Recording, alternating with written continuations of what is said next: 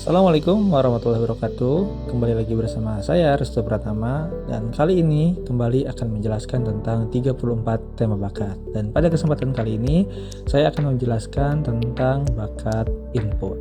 Oke, kalau begitu kita langsung saja mulai ke pembahasannya. Bakat input.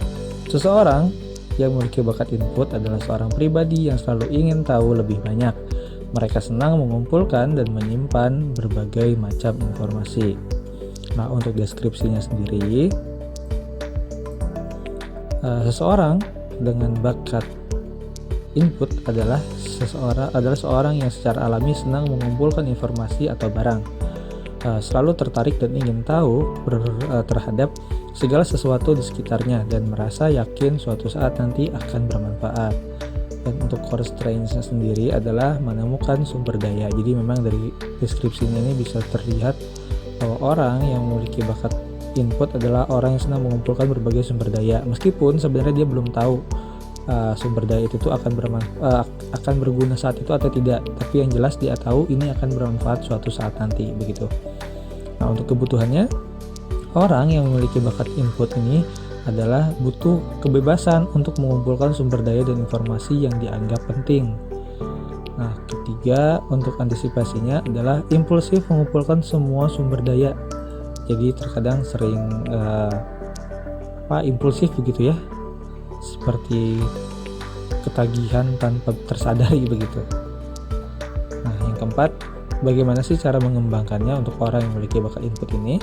Pertama, menjaga relasi dengan menyimpan kontak rekan bisnis, supplier, vendor, dan lain-lain. Dan juga berlatih cara mengelola sumber daya yang baik, mulai dari merapikan semua data sampai tumpukan sumber daya. Jadi memang kadang sumber-sumber yang dikumpulkan itu ya hanya dikumpulkan saja gitu tanpa dirapikan. Oleh karenanya mengembangkannya lebih ke arah untuk merapikan juga, begitu ya. Nah, berikutnya ada kombinasi bakat. Kombinasi bakatnya ada 3. Untuk yang pertama adalah tipe explorer, di mana explorer ini tumbuh dari bakat input, learner, dan juga analytical, yaitu menjadi pribadi yang sangat senang mengumpulkan dan mempelajari data serta berbagai pengetahuan. Lalu untuk yang ketiga ada mediator.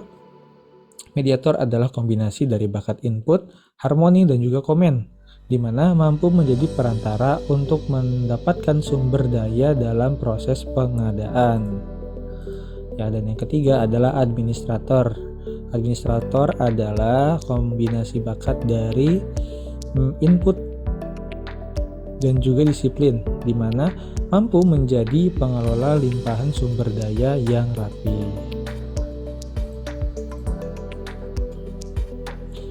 Nah, lalu bagaimana sih jika bakat ini lemah?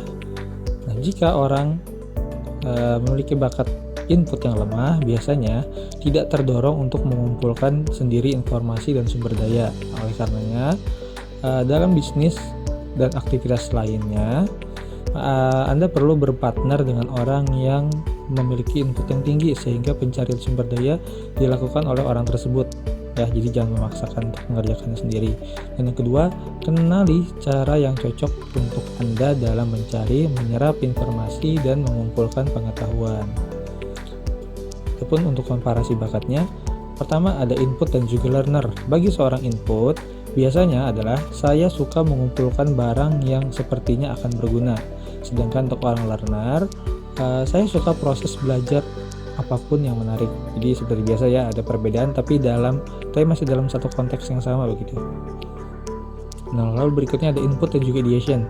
Bagi orang input, saya membantu orang dengan berbagai barang atau data yang saya kumpulkan. Sedangkan untuk orang ideation adalah saya membantu orang dengan berbagai ide kreatif yang muncul dari pikiran saya. Jadi bagi orang input membantunya dengan sumber daya, bagi orang ideation membantunya adalah dengan ide dan juga pikiran. Sedangkan untuk terakhir input dan juga intellection. Bagi orang input menyerap informasi dari luar untuk jadi lebih tahu. Sedangkan bagi orang intellection adalah mengolah pengetahuan dari renungan sendiri untuk jadi lebih paham.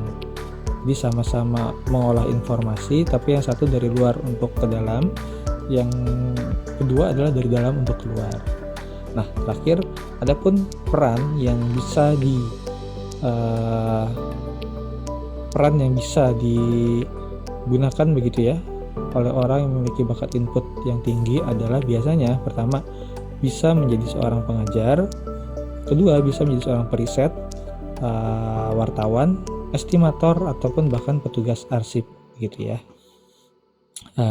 Jadi itu untuk penjelasan singkat tentang bakat input ini. Bagi teman-teman yang ingin bertanya silahkan tinggalkan pesannya di kolom chat. Insya Allah ntar akan saya bahas. Dan mungkin itu saja untuk kali ini penjelasan tentang bakat input. Dan di video-video lainnya saya akan kembali menjelaskan tentang 34 bakat yang lainnya. Oleh karena itu tetap stay tune dan terima kasih. Assalamualaikum warahmatullahi wabarakatuh.